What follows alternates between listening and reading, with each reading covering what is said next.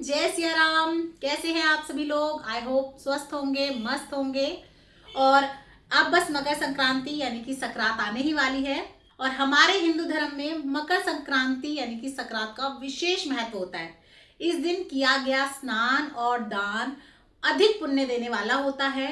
तो इस दिन कम या ज्यादा सभी अपने यथाशक्ति अनुसार कुछ ना कुछ दान जरूर करते हैं।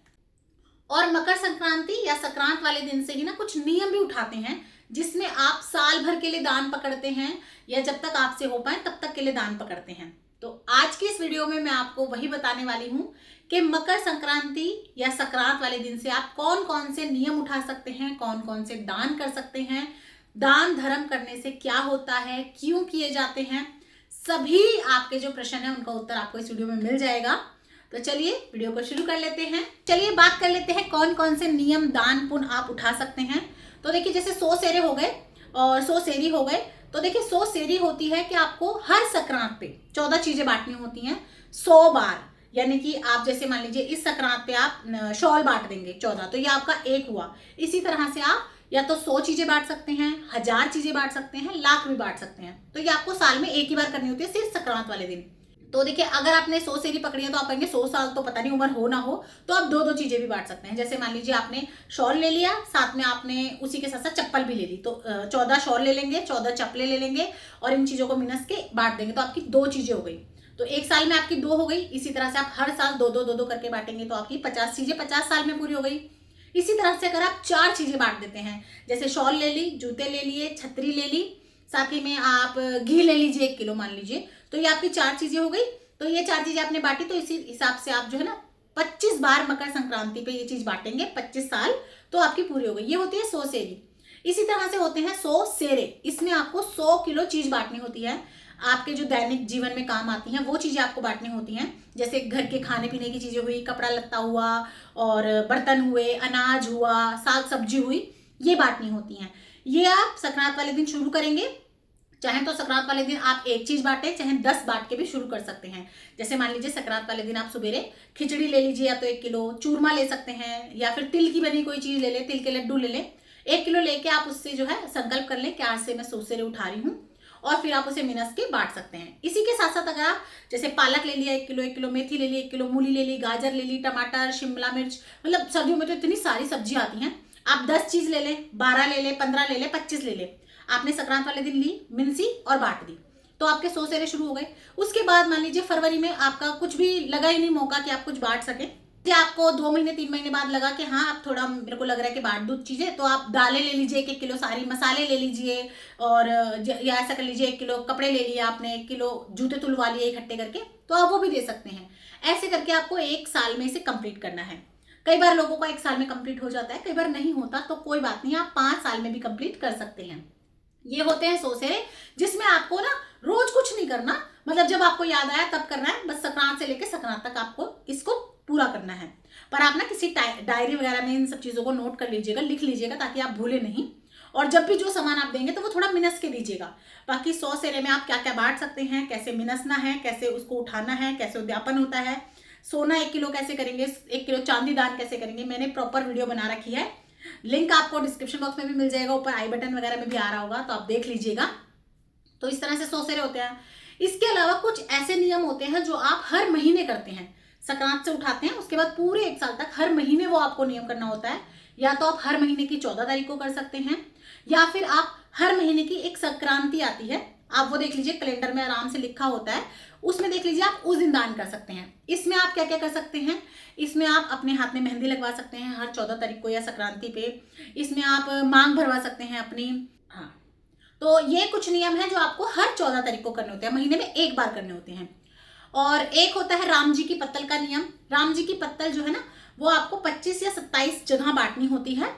तो वो भी आप ऐसे ही कर सकते हैं, जब आपको मौका मिले। एक बार में 4 पत्तल बांट दी, नहीं मौका मिला तो 1 महीने कोई भी पत्तल नहीं बांटी, इस तरह भी आप कर सकते हैं। और राम जी की पत्तल में आप राम जी के लिए, माता रानी के लिए, झाड़ झंकार के लिए, यमराज के लिए, पोपाबाई के लिए, शिव जी के लिए, कृष्ण जी के लिए, हनुमान जी के लिए और माता रानी के लिए और स्वर्ग में जाने के लिए जो द्वारपाल होते हैं, विजय अजय, उनके लिए, मतलब आप हर किसी के लिए इसमें जो है पत्तल निकाल पाते हैं। यानी कि जिन चीजों का दान आप नॉर्मली नहीं कर पाते हैं, नॉर्मली आपने सुना भी नहीं होगा, राम जी की पत्तल में उन सभी के लिए आप दान कर पाते हैं। इसमें भी आप 1 साल के लिए करते हैं, मकर संक्रांति से शुरू करेंगे, जिस जिसकी पत्तल आपको याद आती रहे। या जैसे मान लीजिए जन्माष्टमी पे आप कृष्ण जी की निकाल सकते हैं, जी के लिए आप शिवरात्रि पे पत्तल निकाल सकते हैं, रामनवमी वाले दिन राम जी के लिए, दुर्गा माता के लिए आप नवरात्रों में पत्तल निकाल सकते हैं। तो ऐसे जब जब जिसका मेन दिन आता है, मैंने डिटेल में वीडियो बना रखी है किस दिन आप किसकी पत्तल निकालेंगे। गंगा जमुना की पत्तल निकाली जाती है, केवट के लिए निकाली जाती है, यमराज के लिए, धर्मराज के लिए, सभी के लिए पत्तल इसमें निकाली जाती है। तो आप प्रॉपर वीडियो है उसे देख लीजिएगा, आप ये भी उठा सकते हैं। 1 साल में कंप्लीट होता है तो कर दीजिए, नहीं तो 2 साल, नहीं तो 5 साल में इसे आप कंप्लीट कर सकते हैं। इसी के अलावा आप कुछ ऐसे नियम लेते हैं जो आपको बिना एक भी दिन छुट्टी किए मकर संक्रांति से लेके अगली मकर संक्रांति तक करने होते हैं, 365 दिन लगातार। इसमें आप सूर्य भगवान को अर्घ दे सकते हैं, इसमें आप चौक पूर सकते हैं, चौक चुंदड़ी जिसे कहते हैं, इसमें आप जो है वो दे सकते, गाय भाई बना सकते हैं, गौ माता को रोटी देनी होती है, राह में रोटी दी जाती है। इसी में जो है आप अपनी राह बुहारवाने का ले सकते हैं, पूरे साल आप राह बुहार सकते हैं। मंदिर में आप पैड़ी धोने का नियम ले सकते हैं पूरे 1 साल का, किसी भी मंदिर आपके घर के आसपास हो उसमें जाके आप साफ सफाई का नियम ले सकते हैं। साथ ही में आपने जो है चौखट का पूजन ले सकते हैं, आप इसमें पूरे 1 साल के लिए चौखट पूजन करना होता है। पीपल में दिया लगा सकते हैं, आप तुलसा जी में दिया लगा सकते हैं, आंवले के पेड़ में, केले के पेड़ में, या 5 जो है आप जो पूजनीय वृक्ष होते हैं उन्हें पकड़ लीजिए, बड़ का पेड़, आंवले का पेड़ और केले का पेड़, पीपल का पेड़ और तुलसा माता। इसी तरह से आप इनमें दिया लगा सकते हैं। और साथ ही में आप जो है चिड़िया चुग्गा ले सकते हैं, पूरे साल आपको चिड़ियों को 1 मुट्ठी दाना डालना होता है। तो इस तरह से आप जो पूरे साल के नियम होते हैं वो भी पकड़ सकते हैं। साथ ही में कहानियां भी सुनी जाती हैं पूरे साल के लिए, तो आप नवग्रह की कहानी सुन सकते हैं, इससे जो है आपके ग्रह बहुत अच्छे होते हैं। आप पोपाबाई की कहानी सुन सकते हैं और धरती माता की कहानी सुन सकते हैं, धर्मराज की, यमराज की, सीता माता की कहानी, इन सभी का नियम लिया जाता है 1 साल के लिए। अब आप कहेंगे 1 साल में तो कभी ना कभी छुट्टी हो ही जाती है, कभी हम बीमार हैं या कभी लेडीज को जो है पीरियड्स वगैरह की प्रॉब्लम आ जाती है, तब कैसे करें, हमारा नियम कैसे पूरा होगा। या फिर जैसे हम पार्वती मैया की मांग भरने का लेते हैं तो मंदिर नहीं जा पाते कभी, तब हमारी छुट्टी हो गई, तब हम क्या करें। तो देखिए जब आप ये 1 साल के नियम लेते हैं तो इसमें से कुछ नियम ऐसे होते हैं जिसमें पाठ पूजा करनी होती है, भगवान को स्पर्श करना होता है, दिया जोड़ना होता है, उनमें तो आपकी छुट्टी मानी जाती है। उसमें तो क्या करेंगे आप, 7 दिन की आपकी छुट्टी हो गई, मान लीजिए आपके पीरियड्स वगैरह थे, या अगर जैसे मान लीजिए आप कहीं घूमने चले गए 3 दिन के लिए, तो वो भी आप 3 दिन गिन लीजिए, जितने भी दिन की छुट्टी होती है आप वो गिन लीजिए। उसके बाद जब आप शुरू से करें, उसके बाद देखिए जब आप सिर धो लेते हैं या वापस आ जाते हैं, तब अपना नियम जब आप कंटिन्यू करेंगे तो जितने दिन की आपकी छुट्टी हुई थी, 3 दिन की छुट्टी हुई थी, तो जैसे मान लीजिए आपने 1 तारीख से छुट्टी करी थी, 1 2 3 4 तारीख को जब आप दोबारा से अपना पूजन वगैरह करेंगे, नियम उठाएंगे, तो 4 तारीख को दो, 5 तारीख को दो, 6 तारीख को दो, 2 जोत लगा दें, 2 बार मांग भर दें, 2 जो भी आपकी छुट्टी हुई हो उस काम को आप 2 बार कर दें। और कुछ काम ऐसे होते हैं जिनमें जो है ना आपका पाठ पूजा का काम नहीं होता, या आप कहीं पे भी आराम से कर सकते हैं, जैसे कि राह रोटी का नियम। आप राह में रोटी आपको खिलानी है, इसमें आपकी तबीयत खराब है नहीं है, कोई दिक्कत नहीं है, घर में भी तो रोटी हम खाते हैं, सभी को खिलाते हैं, तो आप खिला सकते हैं। या चिड़िया चुग्गा, चिड़ियाओं को जो दाना डालना होता है, तो उसमें भी आपका पाठ पूजा का कोई काम नहीं है, ये तो एक दान है, तो आप ये भी आराम से कर सकते हैं। आप 1 मुट्ठी दाना लीजिए और आप चिड़ियों को डाल सकते हैं। तो जिन भी कामों में, जैसे सूरज लोटा आप नहीं कर सकते क्योंकि उसमें आप सूरज भगवान को अर्घ देते हैं, या पार्वती जी की मांग आप नहीं भर सकते जब तक आप सिर वगैरह नहीं धो लेते, तो ये आपकी छुट्टियां हैं। लेकिन जो काम ऐसे हैं कि जो आप कर पा रहे हैं आराम से, जिसमें पाठ पूजा का कोई नियम नहीं है, भगवान को स्पर्श नहीं करना, वो आप छुट्टी मतलब करेंगे ही नहीं, उसमें आपकी छुट्टी नहीं होगी। बाकी दिनों में छुट्टी आपकी जब जब होगी पूजा के काम में, तो आप डबल डबल कर लीजिए। और मान लीजिए कुछ नियम ऐसे हैं कि जैसे आप चिड़िया चुगा ले लीजिए कि वैसे छुट्टी नहीं होनी थी, लेकिन हम कहीं बाहर चले गए थे, हो गई छुट्टी, तो आप 2 मुट्ठी करके उसे कंप्लीट कर लीजिए। और कई बार हम मायके जाते हैं, अगर 1 आधे दिन के लिए जाते हैं तो चलो आप वहां नहीं लेके जा रहे, वापिस आके आप 2 दिन 3 दिन कर दें। लेकिन अगर आप लंबे टाइम के लिए जाते हैं, 10 दिन 15 दिन 1 महीना रुकने जाते हैं, तो आपका मायका और ससुराल दोनों ही आपके घर होते हैं, आप अपना सेम नियम वहां भी कर सकते हैं। तुलसा में दिया जोड़ने का नियम है तो आप वहां भी जोड़ सकते हो, आप वहां पे चौक पूर सकते हो, वो भी आपका घर है, ये भी आपका घर है, तो आप वो भी कर सकते हो। तो जो या या फिर पार्वती मैया का मांग भरने का नियम होता है। अगर आप यहाँ अपने ससुराल में कर रहे थे तो आप अपने मायके जाके वहां पे भी पार्वती मैया की मांग भर के नियम पूर्ण कर सकते हो, ऐसी कोई दिक्कत नहीं है।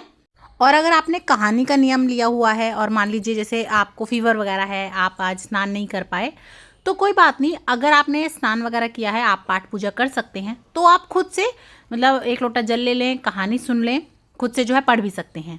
लेकिन अगर आपकी तबीयत ठीक नहीं है या अगर कोई हारी बीमारी है, तो उस केस में आप जो है ना कहानी सुन सकते हैं। नियम तोड़ने की या छोड़ने की ज़रूरत आपको नहीं है।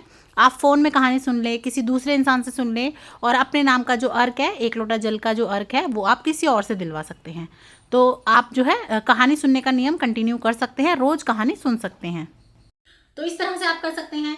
सभी नियम करने के बाद उनका उद्यापन जरूर किया जाता है, क्योंकि ऐसा माना जाता है कि जब तक आप उद्यापन नहीं करते किसी भी नियम का, तो वो आपका नियम पूर्ण नहीं माना जाता।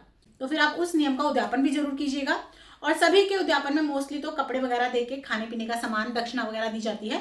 बाकी कुछ नियम ऐसे होते हैं जिसमें कुछ थोड़ा बहुत आपको दान जरूर करना होता है। तो उसके लिए मैंने हर नियम के लिए स्पेशल वीडियो बना रखी है, चैनल पे है, सभी का लिंक आपको मिल जाएगा, डिस्क्रिप्शन में भी देखिएगा कि आप सभी नियमों का उद्यापन कैसे करेंगे, तो वो जरूर देख लीजिएगा। इसके अलावा आप संक्रांत वाले दिन कोई नियम नहीं पकड़ना चाहते कि हम जी कुछ नहीं पकड़ रहे, हमसे नहीं होता, हम भूल जाते हैं, तो कोई बात नहीं। संक्रांत वाले दिन आपको क्या दान करना चाहिए जरूर से, और दान कैसे करना चाहिए, गुप्त दान कैसे किया जाता है, उन सभी की वीडियो चैनल पे है, उन्हें भी जरूर देखिएगा। और संक्रांत वाले दिन आप पूजा कैसे करेंगे, सूर्य भगवान को अर्घ कैसे देंगे, सभी वीडियोज मैं आपको चैनल पे प्रोवाइड करा दूंगी, जरूर देखिएगा। और अगर आपको वीडियोस अच्छी लगती हैं, चैनल अच्छा लगता है, थोड़ा बहुत भी यूजफुल लगता है, वीडियोस पसंद आ रही हैं, तो लाइक शेयर सब्सक्राइब करना बिल्कुल भी मत भूलिएगा। ज़्यादा से ज़्यादा अपने फ्रेंड्स और फैमिली के साथ शेयर कीजिएगा। और इसी तरह की पाठ पूजा से, घर गृहस्थी से रिलेटेड वीडियोस देखने के लिए चैनल पर बने रहिएगा। फिर मिलूंगी आपको किसी और वीडियो के साथ, तब तक के लिए जय सिया राम, राधे राधे।